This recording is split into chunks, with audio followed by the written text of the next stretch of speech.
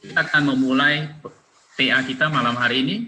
Mari kita mengambil waktu, kita berdoa terlebih dahulu. Mari kita sama-sama berdoa. Bapa kami yang di surga, terima kasih dan bersyukur. Sore ini kembali kami boleh bersama-sama berkumpul melalui media online, belajar firman-Mu. Mohon Tuhan yang menyertai kami, beri hikmat-Mu kepada kami, sehingga kami boleh mengerti akan kebenaran firman-Mu.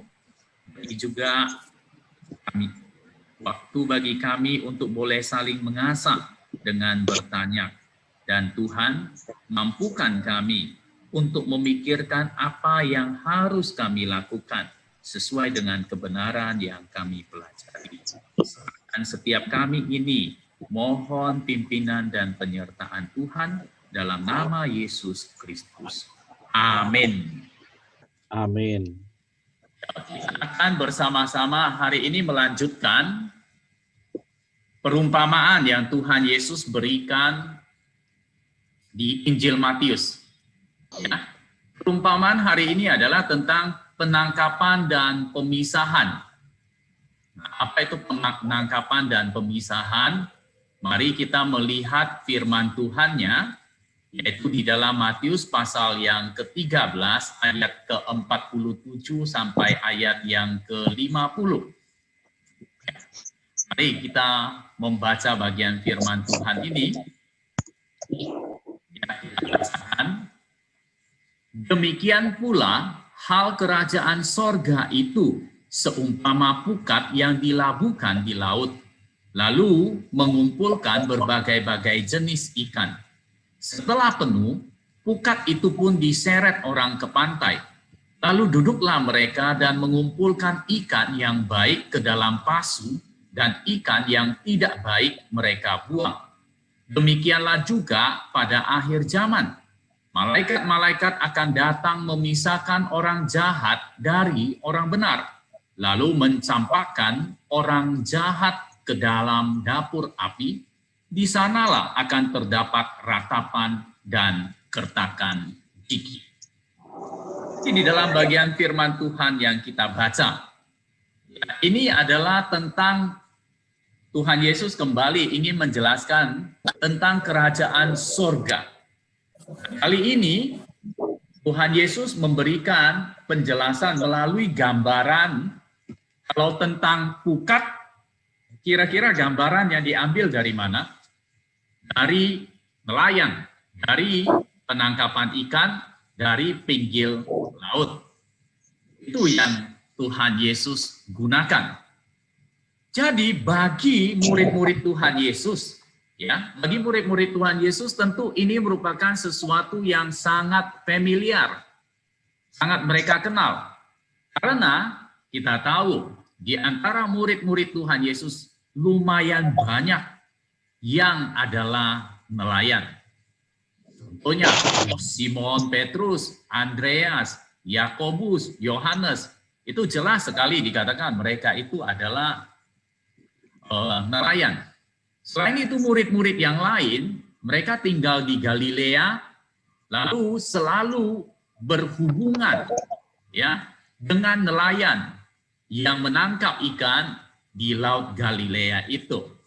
Jadi bagi murid-murid pada saat itu, hal ini sangat-sangatlah mereka kenal.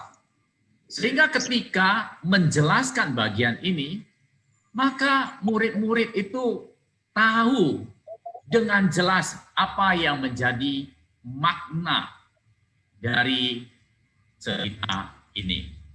Ada seorang ahli mengatakan demikian.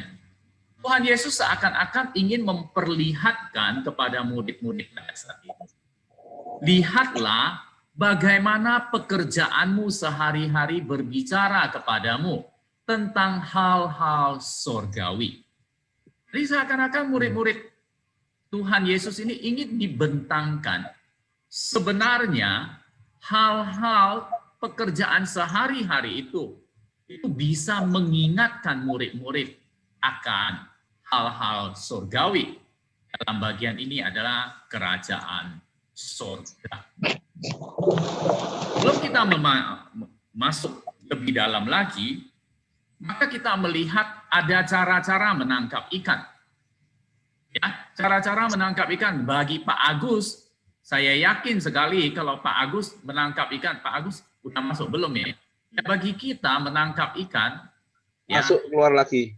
masuk keluar lagi. Menangkap ikan itu merupakan cara yang ada di antara kita yang senang menangkap ikan. Ya, kalau bagi Pak Agus mungkin menangkap ikan dengan cara mancing. Ya, menangkap dengan cara mancing. Lalu katanya lebih mudah menangkap ikan itu adalah dengan cara uang katanya. Umpannya uang. Caranya adalah apa? Dengan beli di pasar, lebih mudah katanya. Kita melihat Tuhan Yesus memberikan perumpamaan seumpama pukat. Pukat itu apa? Pukat itu boleh dikatakan jala, bagi kita sebut jala. Ya, jala untuk menangkap ikan. Nah, kalau pancing, maka kita tahu kita menangkap ikan itu memancing dengan joran. Ya. Tapi kalau dengan jala, maka sebagian besar ada dua macam caranya.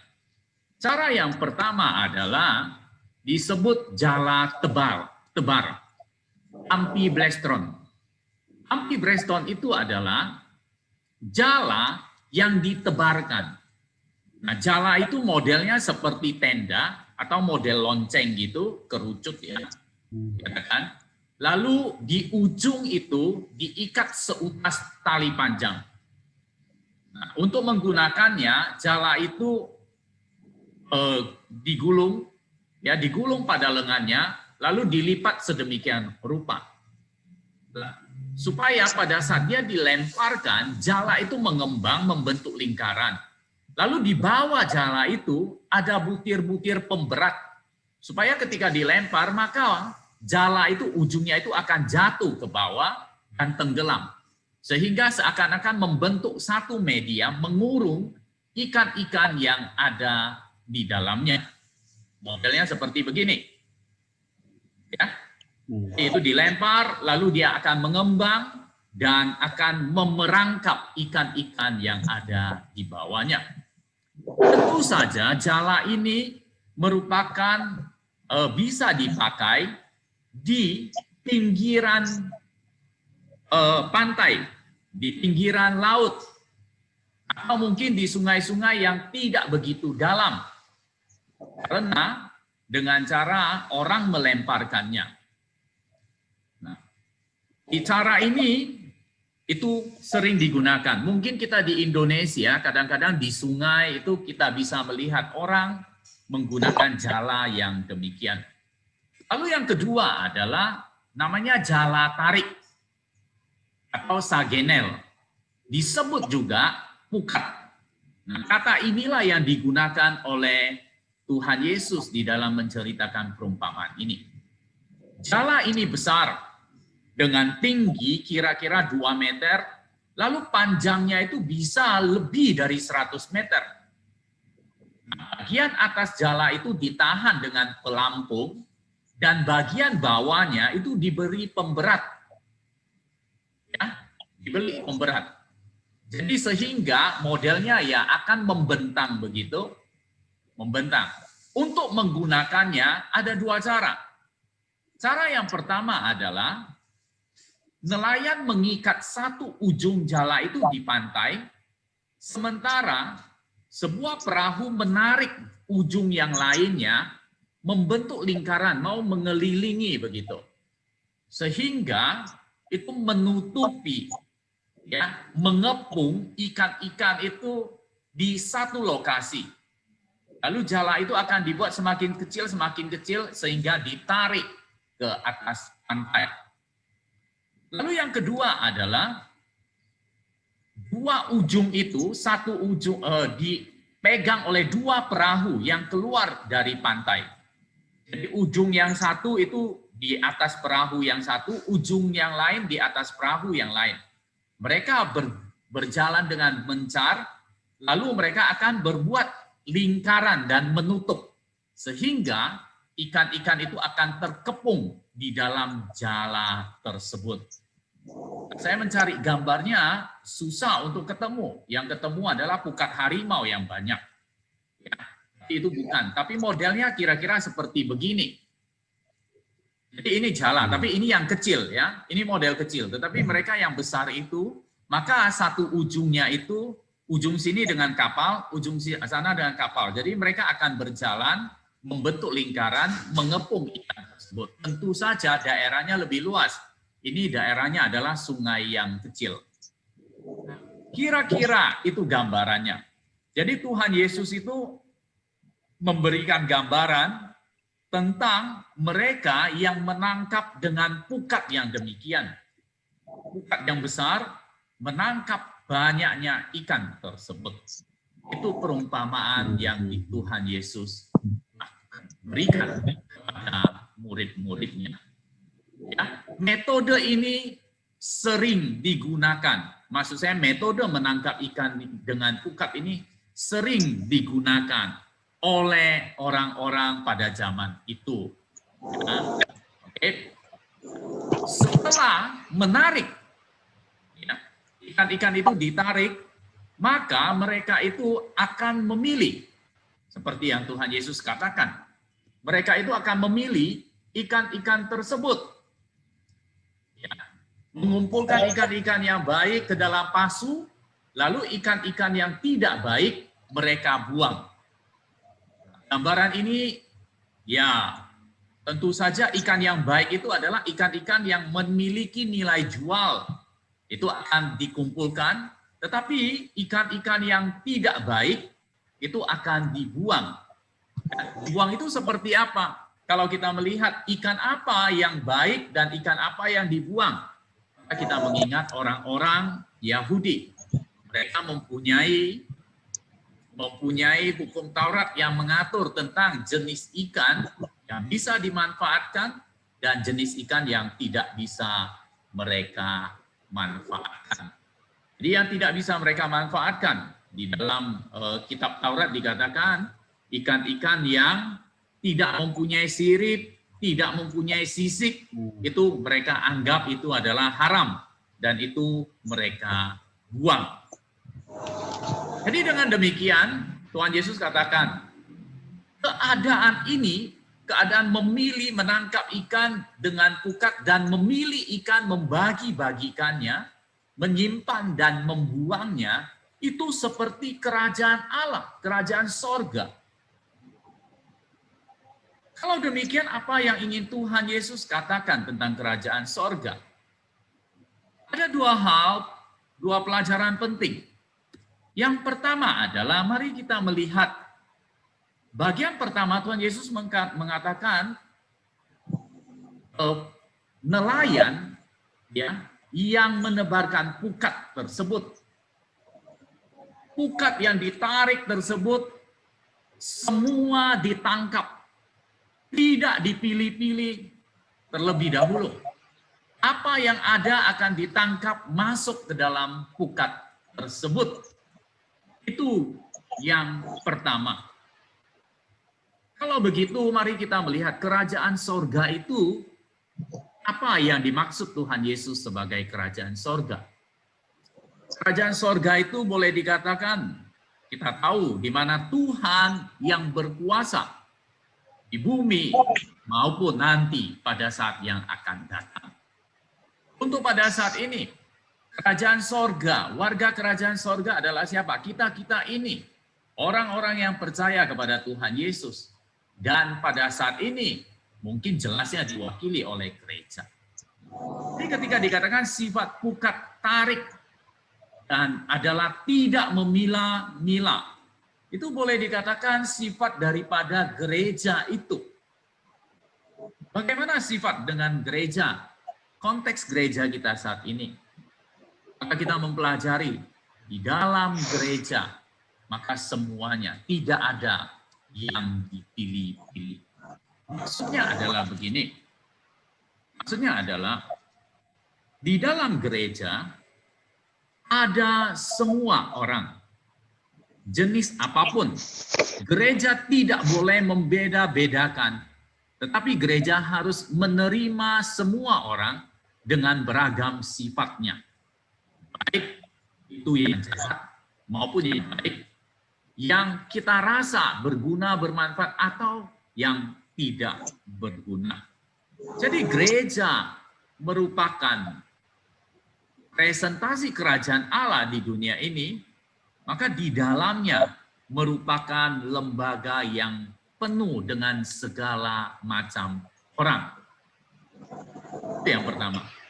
Lalu yang kedua adalah kita melihat adanya pemisahan.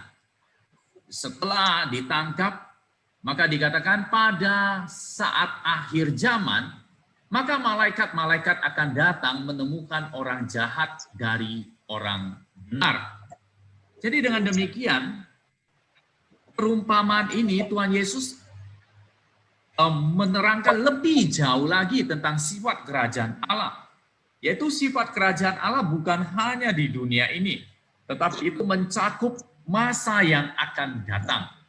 Di mana pada akhir zaman, pada saat itu, orang-orang akan dibagi, akan dipilah, akan dipisahkan. Dikatakan pada saat itulah malaikat-malaikat akan datang memisahkan orang jahat dan orang benar. Dengan demikian, di dalam gereja memang harus menerima semua orang. Kita tidak perlu pusing akan hal itu. Tapi nantinya Tuhanlah yang akan menghakimi, yang memisahkan mana yang benar-benar, mana yang sungguh-sungguh, lalu mana yang tidak sungguh-sungguh.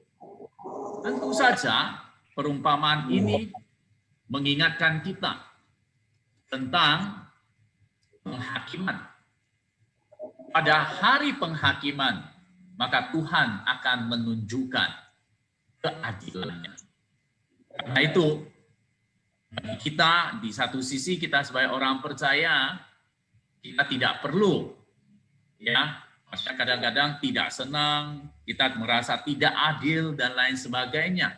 Tetapi ingatlah bahwa nanti penghakiman Tuhan akan menyatakan keadilannya bagi kita. Ini yang kita lihat daripada perumpamaan ini. Perumpamaan yang sederhana, tetapi memberikan kita arti yang sangat mendalam. Selanjutnya, kita akan berdiskusi atau bertanya jawab tentang hal ini.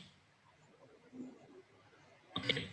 Sebelumnya, mungkin di antara kita ada yang punya pertanyaan atau hal yang tidak dimengerti dari cerita ini, dari kisah ini, apa yang saya uraikan. Apabila silakan memberikan pertanyaan. Atau mungkin ada sesuatu yang ingin dibagikan, saya juga persilakan.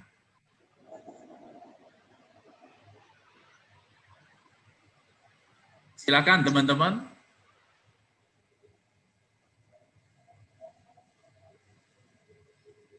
Gimana tanggapan kita masing-masing? Saya persilakan. Ada yang mau memberikan komentar? Oke, Pak Tris, Pak Dendi, Pak Yusuf, Pak Agus, dan ini Pak, ini bukan, ini Bu Yanti. Pak Musa ya? boleh tanya? Oke, ya Pak Yusuf, silakan. Ini dari ayat mana ya? Saya maaf ketinggalan tadi, saya terlambat masuknya. Oke. Ini Matius pasal 13 ayat 47 sampai 50.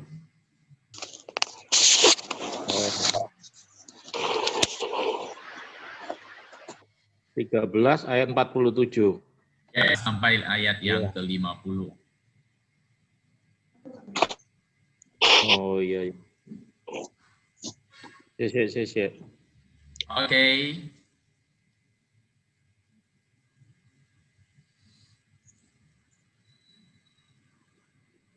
Ada yang mau bertanya? Persilakan. Atau mungkin mungkin kita pernah mendengar hal yang lainnya, oke?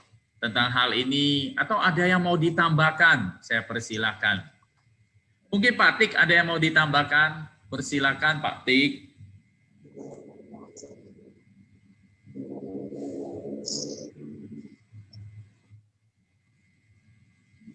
Suara saya kayaknya putus-putus ya. Tidak kok Pak Tik, lumayan bagus. Soalnya di tempat saya ini kok terputus-putus gambarnya. Oh, tapi kami dengar suaranya jelas. Memang gambarnya itu tidak jalan, freeze. Oke. Ya, kalau tambahan saya barangkali kalau ini ya, yang saya rasakan tuh begini. Yang pertama tadi yang Musa bilang ya, jadi kerajaan surga itu kan sesuatu yang prinsip ilahi. Gitu.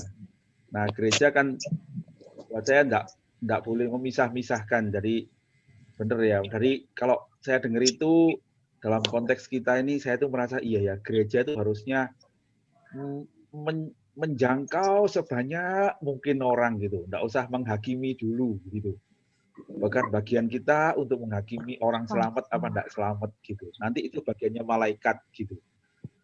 Tapi yang barangkali mesti kita lakukan adalah sebisa-bisanya kita menebar jalan seluas mungkin gitu ya, menjangkau jiwa-jiwa dan ya udah mengusahakannya gitu. Nanti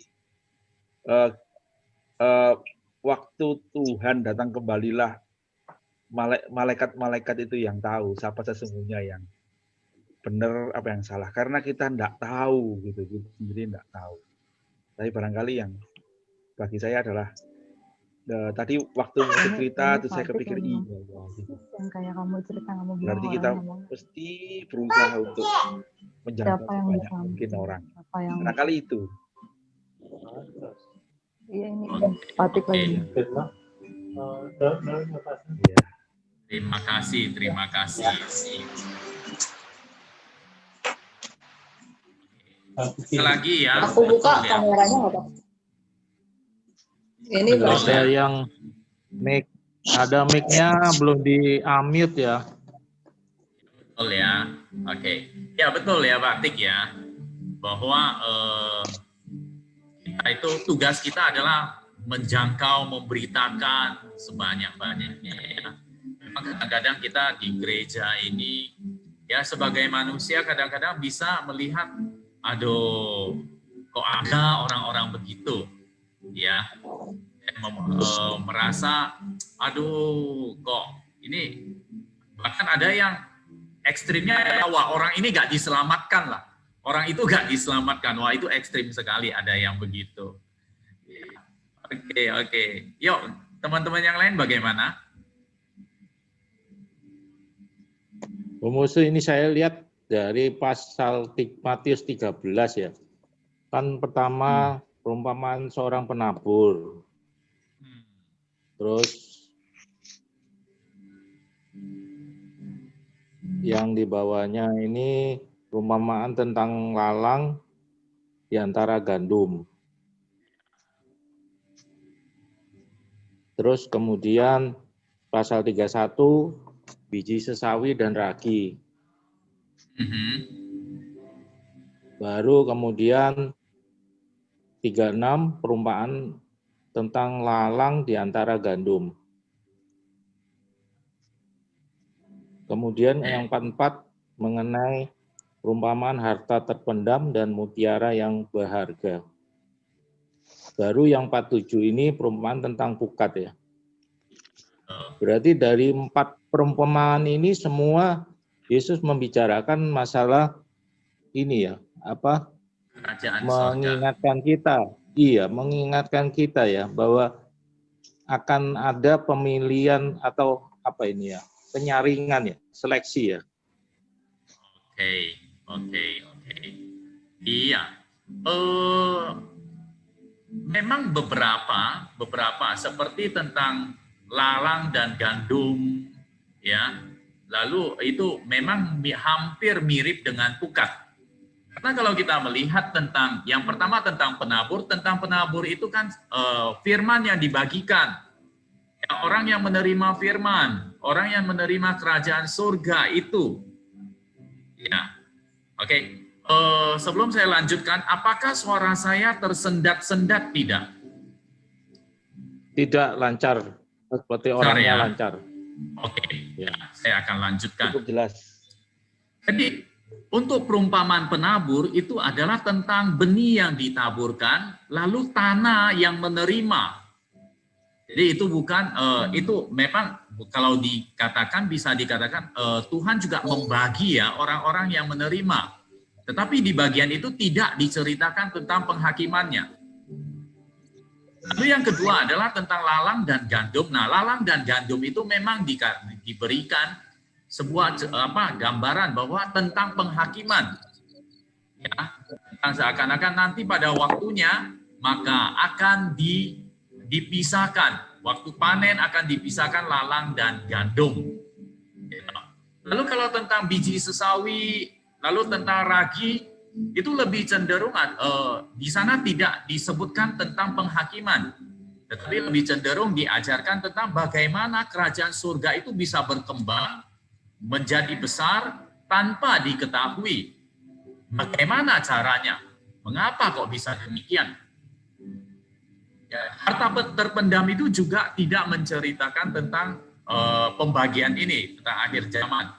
Harta terpendam dan mutiara lebih cenderung mengatakan ketika kita benar-benar mendapatkan, mengetahui, mengerti tentang kerajaan Allah, maka kita benar-benar akan menjaga, memelihara, sambil rela meninggalkan semuanya. Nah, yang pukat ini barulah ada cerita tentang penghakimannya. Ya, seakan-akan yang pukat ini seakan-akan sama dengan perumpamaan lalang dan gandum. Seakan-akan begitu. Tapi pukat ini lebih menarik karena ditambahkan nanti pada akhir zaman malaikat-malaikat akan memisahkan. Ya, itu ditambahkan di sana. Jadi penekanan ini lebih ditekankan sebenarnya kita manusia itu bukan yang menghakimi. Kita bukan penghakim, bukan hakim kita. Tetapi Tuhan sendiri menggunakan malaikatnya. Nah, menarik sekali cerita ini ya, karena Tuhan Yesus secara khusus menggambarkan tentang malaikat-malaikat yang akan memisah-misahkan itu. Ya, jadi juga mengingatkan kita, tugas kita sebagai apa. Ya, sama seperti yang Pak Tika katakan, tugas kita adalah mengabarkan Injil, menjangkau lebih banyak orang berdatang. Oke, dia mau bagaimana? Oke, orang tersebut yang bertanggung jawab kepada Tuhan. Nanti Tuhan yang akan memisahkan. Oke, ya begitu kira-kira Pak Agus. Pak Yusuf. Semoga itu bisa menjawab.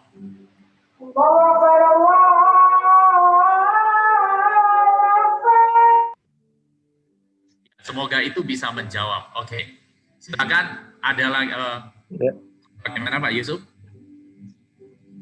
Ya, berarti kita kan dari perumpamaan dari atas sampai ke bawah kan Tuhan Yesus mengingatkan kita untuk bahwa kita sebagai Kristen yang sungguh-sungguh kan semua akan ada penghakiman, begitu kan Pak Romuse?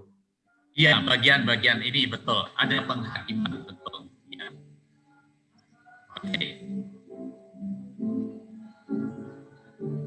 Ya. Terus kira-kira kita aplikasi sehari-harinya bagaimana, Romuse? Aplikasinya bagaimana? Oke, mungkin teman-teman bisa mengeluarkan pendapatnya, ya, mengeluarkan pendapat. Kira-kira perumpamaan ini aplikasinya untuk kita itu bagaimana? Ya, Pak Yusuf bisa mungkin memberikan pandangannya? Ya mungkin kan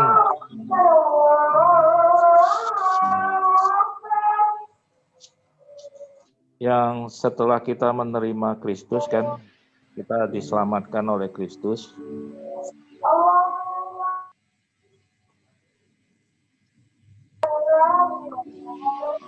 Sorry ya, untuk Pak Tris, Saya mute dulu ya, karena sembahyang suaranya masuk ke dalam. Iya, iya. Oke, silakan Pak Yusuf. Ya, jadi untuk setelah kita menerima keselamatan, anugerah dari Tuhan, nah kita harus menjaganya dalam setiap harinya, menjaganya sesuai dengan firman Tuhan, ya kan? Nah, kira-kira mungkin untuk menghadapi saudara-saudara kita yang kita kan nggak tahu apakah itu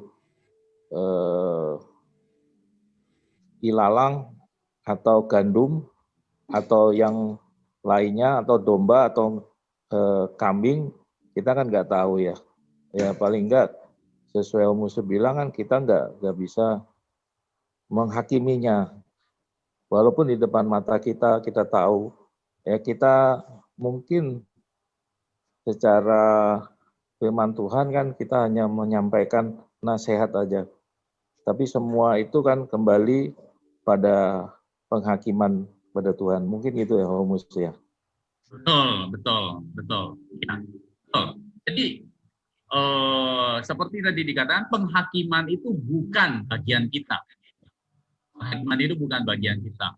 Tapi kita sebagai manusia yang memiliki rasa keadilan, seringkali terpancing, ya, seringkali terpancing menjadi hakim orang-orang lain.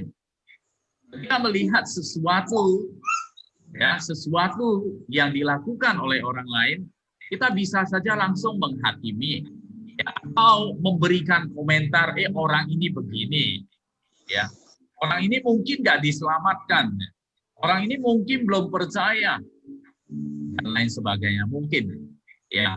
Tetapi ini seperti Pak Yusuf katakan, ini mengingatkan kita itu bukan bagian kita. Bagian kita adalah melakukan, ya, belajar firman Tuhan dengan baik, melakukan firman Tuhan dengan baik. Ya, poin yang bagus Pak Yusuf. Terima kasih ya. Sama-sama Om Musa. Mungkin ada yang lainnya, saya persilakan. Oke, ya, Bu Yanti. Kalau saya kan dari keluarga yang campur ya, jadi nggak semuanya Kristen, tapi ada orang Budanya juga, kayak orang tua saya juga ada yang Kristen, ada yang Buddha, terus om-om, tante-tante gitu. Aplikasinya mungkin selama orang itu hidup, kita terus berusaha injilin mereka aja sih, doain mereka gitu. Jadi kita nggak bisa bilang, aduh ini orang susah diinjilin nih, nanti dia kayaknya nggak bakalan masuk surga. Kita nggak tahu sampai napas terakhir itu, kita tetap usahain, kita ceritain, kita iniin. Kalau aplikasinya sih menurut saya begitu aja sih, yang paling sederhana ya. Oke. Iya. Hal yang sangat baik. Betul. Memang ya, saya pribadi mungkin punya pengalaman begini. Saya punya satu paman, itu orang sembahyang yang totok sekali. Ya, sembahyang sangat totok. Jadi setiap tahun pada saat Cengbing, maka dia akan datang ke Medan. Dia itu tinggalnya di luar kota Padang Sidempuan. Jadi dia akan datang ke luar kota untuk mengajak mama dan papa saya untuk sembahyang di kuburan. Ya, mama dan papa memang orang Kristen udah, tapi mereka menemani. Nah, paman saya ini yang sembahyang. Jadi pokoknya sangat kuat sembahyangnya. Tapi terakhir ini saya mendengar bahwa dia itu menjadi Kristen. Bahkan anaknya itu menjadi hamba Tuhan katanya. Ketika saya mendengar itu, saya terkejut sekali gitu. Maksudnya ke dalam pemikiran dia yang ngajak-ngajak sembahyang gitu dan segalanya. Tapi bisa. Jadi kadang-kadang memang sangat ajaib sekali. Betul, seperti apa Bu Yanti katakan, betul. Di dalam kehidupan kita nggak bisa kita katakan, walaupun ya kita katakan contohnya ada banyak sekali ya, orang-orang yang kita lihat dia itu begitu kuat mengikuti agama tertentu. Tapi akhirnya dia bisa percaya, ya, sungguh-sungguh dan lain sebagainya. Ya, betul Bu Yanti ya. Bagi kita karena itu selalu harus mengabarkan Injil, ya, sama siapapun juga. Oke, thank you Bu Yanti ya, thank you. Oke, mungkin Pak Johan mau tambahkan? Enggak sih, cuma aku sih enggak tahu, tapi cuma sharing aja. Kebetulan Papa enggak percaya agama, semua agama dia rasa baik, dan Papa sangat keras sekali sampai umur berapa ini ya? Sudah tua lah, 60-an ya. Papaku 60-an, dan dia dulu waktu masih gabung pun dia main tangan apapun itu keras sekali. Dan dia tidak percaya Tuhan juga. Ya juga menutup diri terhadap anak-anaknya. Jadi ya secara aku sih sudah tidak pernah doain sih.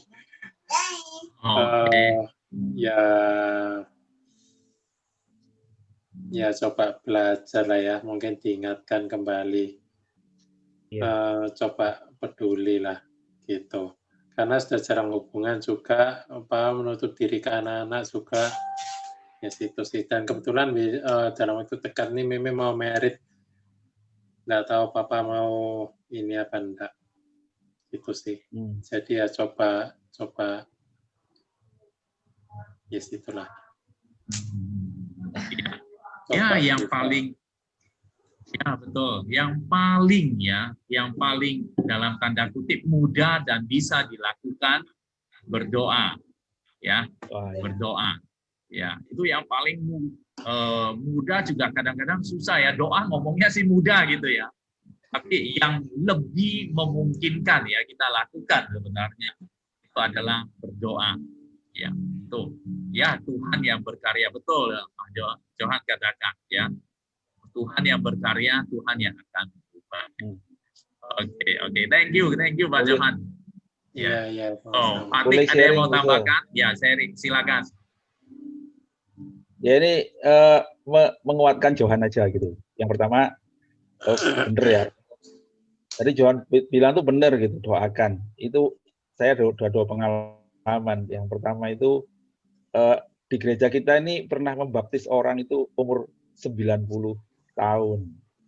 Itu papanya Pak Simon. Papanya Pak Simon Yosafat itu sahabatnya Pak Stephen Tong. Sahabatnya Pak Matius C. Gitu ya. Tapi dia tidak percaya semua agama. Gitu. Tapi ketika dia umur 90 tahun itu anaknya selalu cerita tentang firman Tuhan. Sampai akhirnya Li Semu itu yang selalu ke sana ngomong dalam bahasa Mandarin. Suatu hari dia ngomong sama anaknya, Papa mau jadi Kristen. Anaknya kaget setengah mati.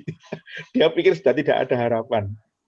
Terus udah gitu terus mau jadi Kristen, lalu PI terus mau dibaptis, dia bilang enggak lah, udah tua gini dibaptis gimana ke gereja gitu kan. Tapi kemudian dikasih tahu, loh bisa dibaptis di rumah. Oh mau, saya mau gitu ya. Dan betul ya, Tuhan tuh kasih kesempatan dia untuk dibaptis. Jadi orang Kristen sampai 3 tahun. Kemudian dia meninggalkan semua sembayangnya. Dan kemudian dia, ketika dia mati itu, semua anaknya tuh diyakinkan gitu. Bahwa sungguh-sungguh dia tuh meninggalkan semua yang lama itu dan percaya Tuhan Yesus. Itu pengalaman di gereja sendiri ya. Itu yang baptis, lupa saya, pokoknya Musa ya baptis ya. Papanya Pak Simon itu. Ya itu keras juga itu. Terus pengalaman kedua itu ya mama saya sendiri gitu Pak Johan.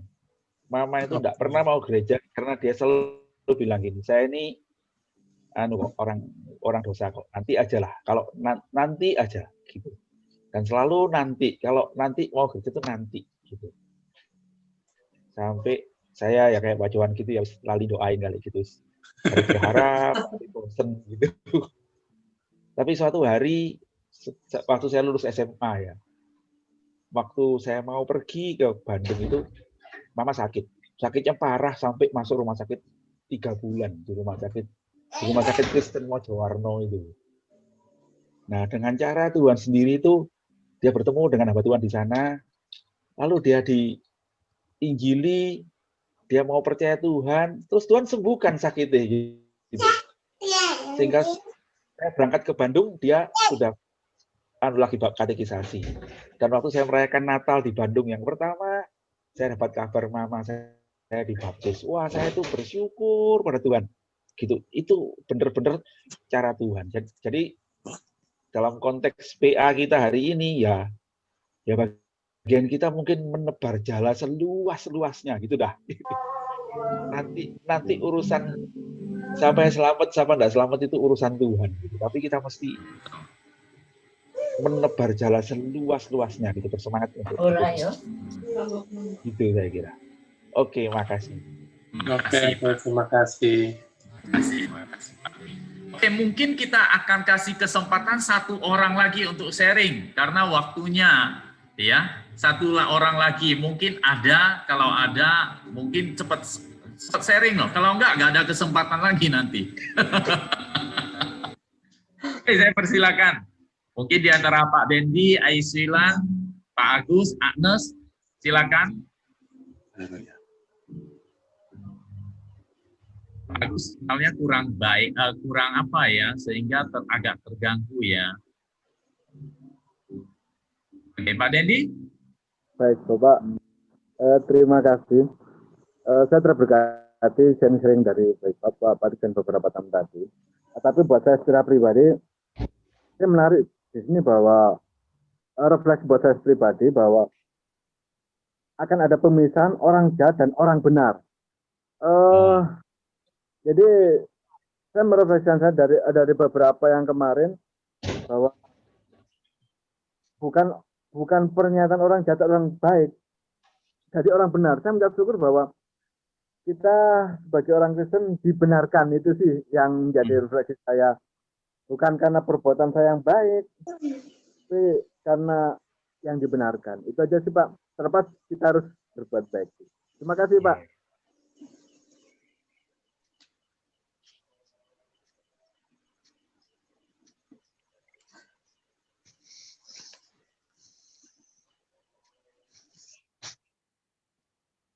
Musa masih mute, Musa.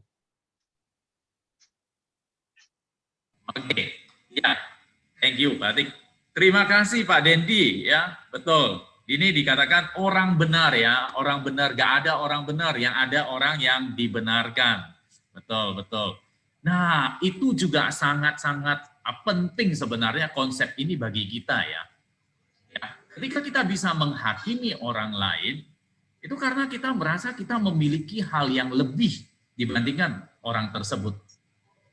Ya, kita merasa saya lebih benar sehingga saya baru berani mengatakan orang itu.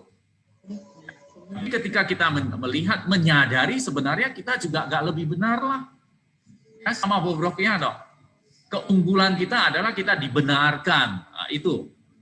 Tapi dibenarkan pun itu bukan karena jasa kita, tapi karena jasa Tuhan. Baik sekali Pak Dendi, terima kasih untuk pengamatan yang sangat-sangat bagus sekali. Ya, terima kasih. Oke, ada yang mau tambahkan sedikit? 2 menit saja, kalau mau tambahkan. Ada? Oke, kalau memang tidak ada, kita menyelesaikan akan PA kita hari ini. Ya. Nanti selanjutnya mungkin kalau ada yang mau minta didoakan, nanti tinggal 5 menit kita akan sharing-sharing apakah ada pokok doa. Nanti pada saat persekutuan doa kita akan mendoakannya. Tidak, kita hanya menutup dulu akan PA kita, setelah itu kita akan cerita sharing-sharing mungkin ada pokok-pokok doa yang ingin didoakan. Ya. Oke, minta Pak Tik untuk pimpin di dalam doa penutup.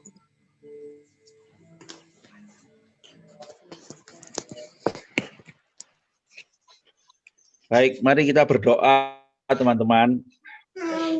Tuhan, terima kasih kami sore hari ini boleh belajar firman-Mu, dan firman-Mu mengingatkan kami supaya kami sungguh-sungguh memberitakan Injil sebagai gerejamu, menjangkau sebanyak mungkin orang, karena sesungguhnya bukan bagian kami menghakimi, tapi bagian kami adalah menceritakan kasih Tuhan yang besar, Injil Tuhan yang mulia, dan kami akan Tuhan sertai, Tuhan berkati, supaya kami bisa membawa banyak orang untuk mendengarkan Injil Tuhan. Dan kami tidak tahu kapan orang-orang itu akan menjadi percaya. Tetapi kami percaya anugerah Tuhan dan kasih Tuhan itulah yang sesungguhnya menyelamatkan. Ya Tuhan, tuntun kami, supaya kami tidak menjadi orang yang menghakimi, tapi menjadi orang yang mengasihi. Kami berdoa, kami boleh menjaga hidup kami sendiri, supaya kami sungguh-sungguh hidup sebagai orang yang dibenarkan Tuhan, karena iman pada Kristus Yesus. Sehingga pada akhir zaman nanti, waktu penghakiman datang, kami didapati sebagai orang-orang yang diselamatkan. Terima kasih untuk semua saudara yang sudah berkumpul, tuntunlah kami semua di jalan yang benar, karena kami tahu Engkaulah juru selamat kami yang hidup. Dalam nama Yesus juru selamat kami yang hidup, kami berdoa dan mengucap syukur. Amin.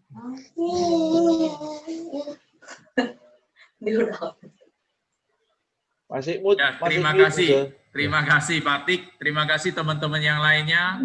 Ya, oke. Kita akan bersiap-siap untuk masuk dalam persekutuan doa. Tapi mungkin di antara kita ada yang mau sharing